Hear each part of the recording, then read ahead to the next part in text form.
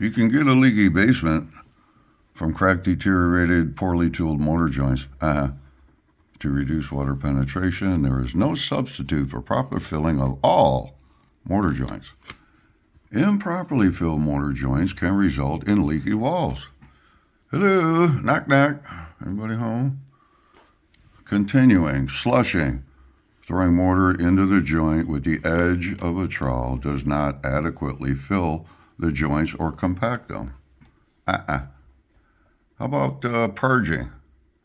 Parging on the outside of bricks or block walls. Right there, baby. Okay.